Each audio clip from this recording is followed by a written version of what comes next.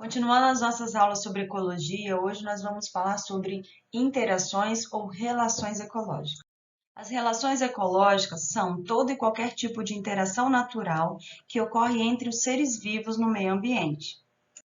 Essas relações elas podem ser classificadas como harmônicas e desarmônicas, sendo que as relações harmônicas são aquelas em que pelo menos um dos indivíduos é beneficiado, ou seja, não há prejuízo para os indivíduos que participam dessa relação. Já na relação desarmônica, ocorre o contrário. Pelo menos um dos indivíduos que está na relação, ele sofre prejuízo. As relações ecológicas podem ser classificadas como intraespecíficas ou interespecíficas, sendo que uma relação é considerada como intraespecífica quando ela ocorre entre indivíduos de uma mesma espécie, e será considerada como interespecífica quando essa interação estiver ocorrendo entre indivíduos de espécies diferentes. Nós temos diversos tipos de interação ecológica, né? Aí nós temos os principais, que são colônia e sociedade, são interações intraespecíficas e harmônicas, competição intraespecífica e canibalismo, que são relações intraespecíficas desarmônicas, protocooperação, mutualismo, comensalismo, forésia e inquilinismo, que são relações interespecíficas harmônicas, competição intraespecífica, herbivorismo, predatismo, parasitismo, esclavagismo e amensalismo, que seriam as relações interespecíficas desarmônicas. Nos próximos slides eu vou explicar de uma forma bem objetiva, dando exemplos, cada uma dessas interações. A colônia é um tipo de interação ecológica harmônica e intraespecífica. Nesse tipo de relação, vários indivíduos de uma mesma espécie viverão associados uns aos outros, formando uma entidade única. Ou seja, esses indivíduos eles estão fixos uns aos outros, presos uns aos outros, trazendo uma vantagem para toda essa entidade, para todo esse grupo. Nós temos aqui dois exemplos, que são animais pertencentes ao grupo dos quinidários, que formam o que nós chamamos de colônia, que é o caso dos corais e da caravela portuguesa. Tanto no caso dos corais quanto no caso da caravela portuguesa, o que vocês estão observando aí não é um indivíduo, e sim vários indivíduos associados formando uma única entidade. São dois exemplos de colônia, onde os corais representam uma colônia séssil, porque ela está presa ao substrato, e a caravela portuguesa, uma colônia livre, porque apesar dos indivíduos estarem presos uns aos outros, a colônia como um todo ela consegue se movimentar. Um outro exemplo de interação ecológica harmônica e intraespecífica é o caso da sociedade. A sociedade e a colônia são interações semelhantes, no entanto, tem uma diferença básica. Nas colônias, nós temos vários indivíduos que vivem presos uns aos outros. Já aqui na sociedade, esses indivíduos têm a liberdade de se distanciarem, então eles não estão fixos formando uma entidade única. Além disso, na sociedade nós temos as chamadas castas sociais, que são níveis hierárquicos diferentes. Então, dentro de uma sociedade, esses vários indivíduos da mesma espécie podem ocupar posições diferentes com funções diferentes. Nós temos aí três exemplos de sociedades, que é o caso da sociedade das formigas, dos cupins e, talvez o mais conhecido de todos, a sociedade das abelhas. No caso das abelhas, nós temos três castas sociais, que é a casta da rainha, os zangões e as operárias. A protocooperação é uma interação harmônica e interespecífica, na qual indivíduos de espécies diferentes auxiliam uns aos outros. Essa relação também pode ser chamada de mutualismo facultativo. Mutualismo porque o benefício é mútuo, todos os envolvidos saem ganhando. E é facultativo porque não existe uma obrigatoriedade, os indivíduos podem ou não participar dessa interação. Nós temos aqui dois exemplos de protocooperação. O primeiro exemplo é entre o jacaré e o pássaro palito. Os jacarés, como são animais ectotérmicos, não têm a capacidade de manter a própria temperatura corporal, eles constantemente param em determinados momentos do dia sob o sol para se aquecer. E muitas vezes abrem a boca para que esse aquecimento ocorra de forma mais eficiente. Neste momento, o pássaro palito ele vai entrar na boca do jacaré e vai começar a se alimentar de pequenos restos de alimento que estão entre os dentes do jacaré. Nessa relação, o pássaro sai ganhando, porque está ganhando alimento, e o jacaré também tem o benefício de ter uma limpeza nos seus dentes. Uma outra relação que ocorre de protocooperação é entre alguns bovinos e aves. Os bovinos estão ali no pasto, se alimentando normalmente, e essas aves pousam sobre as suas costas e começam a catar pequenos parasitas que estão nesses bovinos, pequenos carrapatos. Essas aves estão ganhando alimento e os bovinos, eles estão então tendo o benefício de terem os seus parasitas retirados. Mutualismo clássico ou mutualismo obrigatório é uma interação ecológica harmônica e interespecífica, que se parece muito com a protocooperação. No entanto, no mutualismo obrigatório, como o próprio nome está dizendo, essa relação ela é obrigatória, ou seja, os indivíduos não têm a possibilidade de se separarem. Caso eles se separem, ambos morrerão. Então, eles dependem dessa relação para sobreviver. Nós temos aqui como primeiro exemplo de mutualismo obrigatório o caso dos líquens. Os líquens são estruturas formadas pela associação de microalgas e microfungos. Nessa relação, os microfungos têm a capacidade de reter líquido, oferecendo então às microalgas água e também proteção.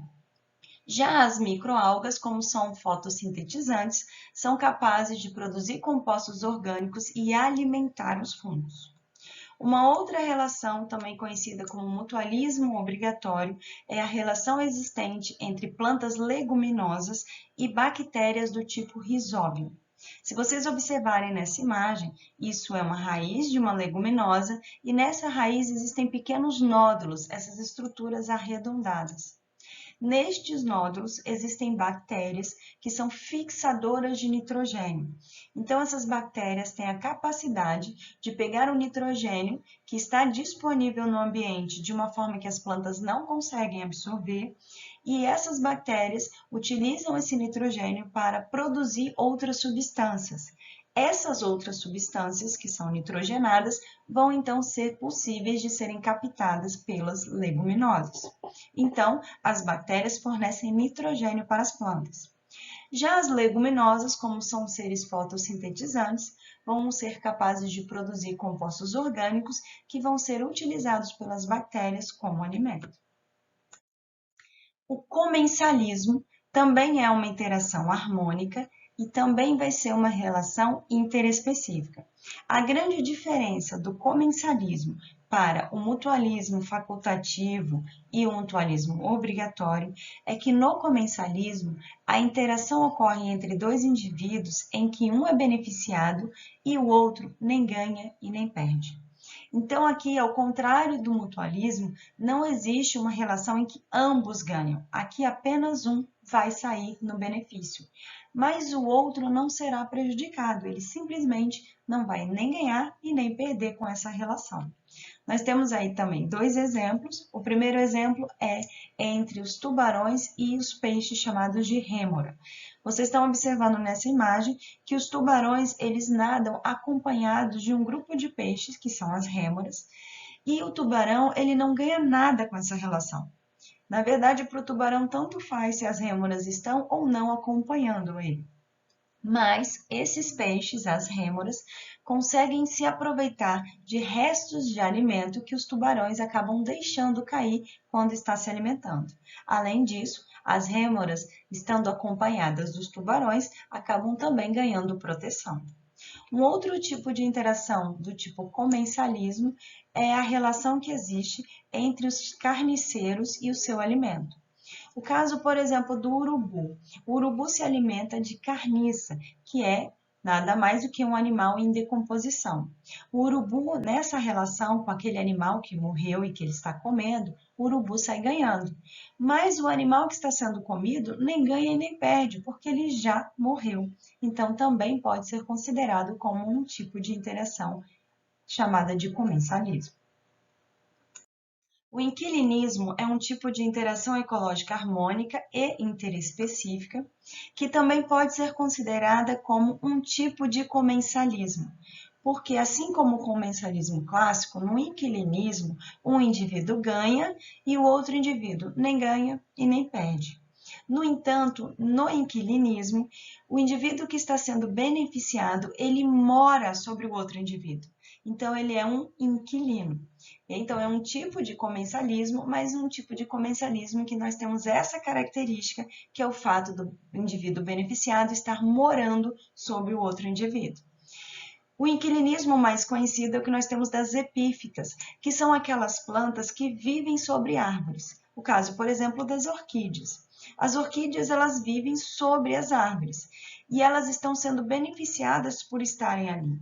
Estando mais altas, elas conseguem captar uma maior quantidade de luz, elas estão protegidas, então elas têm todo um benefício de estarem sobre as árvores. Mas as árvores nem ganham e nem perdem, né? Não faz diferença nenhuma para a árvore se tem ou não uma orquídea sobre ela.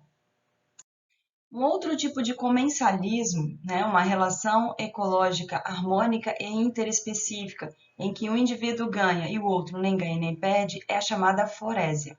A forésia é um tipo de comensalismo em que aquele indivíduo que está sendo beneficiado, ele é transportado pelo outro indivíduo.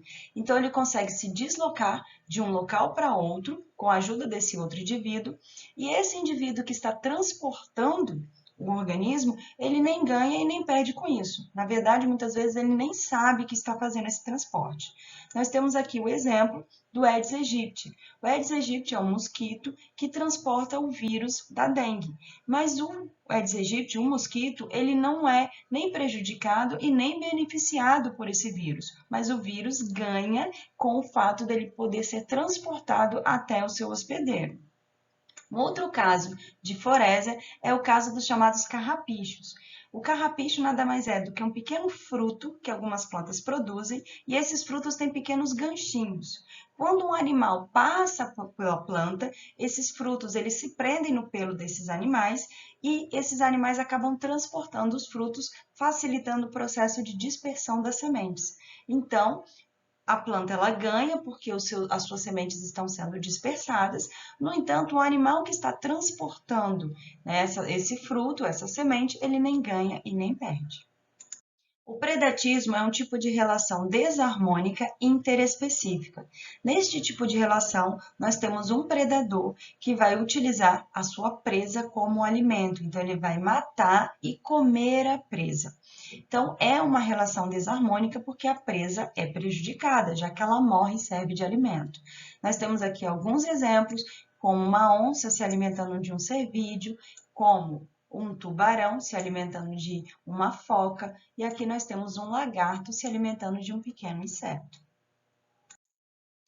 O herbivorismo é um tipo de predatismo, mas é um tipo de predatismo em que a presa é uma planta. Então, aqui nós temos o caso de um predador, seria um animal, que estaria matando e comendo a planta. Então, pode ser considerado como um tipo de predatismo, mas lembrando que no herbivorismo, a presa sempre será uma planta. Então, nós temos aqui o caso de uma lagarta, que se alimenta das folhas de plantas. Nós temos aqui o caso da vaca, que come o capim, e o panda, que tem como seu principal alimento folhas de bambu. O canibalismo também é um tipo de predatismo que ocorre entre animais. A grande diferença é que no canibalismo, essa relação desarmônica vai ocorrer entre indivíduos da mesma espécie. Então, é um tipo de predatismo intraespecífico. Esse predatismo ele pode ocorrer entre animais da mesma espécie de sexos diferentes, casos em que a fêmea, por exemplo, se alimenta do macho, ou pode ocorrer entre indivíduos, inclusive, do mesmo sexo. Nós temos aqui dois casos que são casos de fêmeas que se alimentam do macho, que é o caso da viúva negra, onde a fêmea, após a cópula, se alimenta do macho, e também o caso do louva-a-Deus, em que a fêmea também vai se alimentar do macho após o processo de cópula, né, após o ato sexual. No entanto, vale lembrar, como eu disse, que não ocorre apenas entre fêmeas e machos. Existem alguns casos, como ocorre em alguns macacos, em que, se houver a falta de alimento, se os animais não tiverem com o que se alimentar, eles podem acabar comendo outros indivíduos da mesma espécie. O parasitismo é uma interação desarmônica e interespecífica em que o parasita não só retira o alimento do seu hospedeiro, mas também vive em seu hospedeiro. Nós temos dois tipos de parasitismo, o chamado ectoparasitismo, que é aquele parasitismo onde o parasita vive do lado de fora do hospedeiro, e o endoparasitismo, em que o indivíduo vive na parte interna de seu hospedeiro. Como ectoparasitismo, nós temos aqui o exemplo dos piolhos, que é a primeira imagem, e do carrapato na segunda imagem. Ambos vão se alimentar do sangue dos seus hospedeiros, vivendo sobre eles, do lado externo. Já como endoparasitismo, nós temos aí a imagem de exemplares de lombriga, que são vermes que parasitam o intestino humano, ou seja, vivem dentro do seu hospedeiro. A competição é um tipo de interação ecológica desarmônica em que indivíduos eles vão disputar por algo. Então, eles vão lutar pela mesma coisa. Esses indivíduos eles podem pertencer à mesma espécie, então seria uma competição intraespecífica entre indivíduos da mesma espécie, como é o caso da primeira imagem, onde nós temos aqui dois animais, dois machos brigando, possivelmente por uma fêmea ou por um território, mas também pode ocorrer entre indivíduos de espécies diferentes, né? Seria uma competição interespecífica. Nós temos aqui o caso de um esquilo e aves disputando comida. O esclavagismo é um tipo de interação ecológica que ocorre entre indivíduos de espécies diferentes. E nessa relação, um indivíduo se aproveita do trabalho executado pelo outro indivíduo. Essa relação, algumas vezes ela é considerada como harmônica, algumas vezes como desarmônica. E eu vou usar esse exemplo da imagem para que isso fique mais claro. Existem algumas espécies de formiga que têm o hábito de levar pulgões para os seus formigueiros. Pulgões são pequenos insetos que se alimentam de seivas de planta. Essas formigas levam esses pulgões para os formigueiros, porque esses pulgões eles se alimentam da seiva de planta e eliminam o excesso de açúcar por um líquido através do seu ânus. E essas formigas conseguem retirar esse líquido e utilizar esse líquido como alimento. Por que essa relação poderia ser considerada como harmônica? Porque ao levar os pulgões para o seu formigueiro, as formigas podem trazer um tipo de proteção a esses pulgões. No entanto, muitas vezes é considerada como uma relação desarmônica porque as formigas estão se aproveitando do trabalho executado pelos pulgões. O amensalismo é um tipo de interação ecológica desarmônica e interespecífica. Nesse tipo de interação, um indivíduo é prejudicado e o outro indivíduo nem ganha e nem perde. O que acontece? Muitas vezes, indivíduos eles liberam substâncias tóxicas no ambiente e eles liberam essas substâncias de forma natural. Eles não têm o objetivo de prejudicar ninguém, até porque muitas vezes essa liberação de substâncias tóxicas ocorre quando o indivíduo morre. Então, ele realmente não vai ganhar nada com isso. No entanto, outros indivíduos de outras espécies, quando entram em contato com essa substância tóxica, podem morrer ou ter sérios prejuízos em sua vida. Um exemplo clássico do amensalismo é este na imagem, que é a chamada maré vermelha. Algumas algas liberam, quando estão em grande quantidade no local, elas liberam substâncias na água e essas substâncias podem levar à morte de vários peixes. Esse processo é chamado de maré vermelha porque o acúmulo de grande quantidade de algas nesse ambiente vai dar a tonalidade vermelha à água. Bom, essa foi a nossa aula sobre interações ecológicas. Eu espero ter sido clara. Qualquer dúvida, estou à inteira disposição.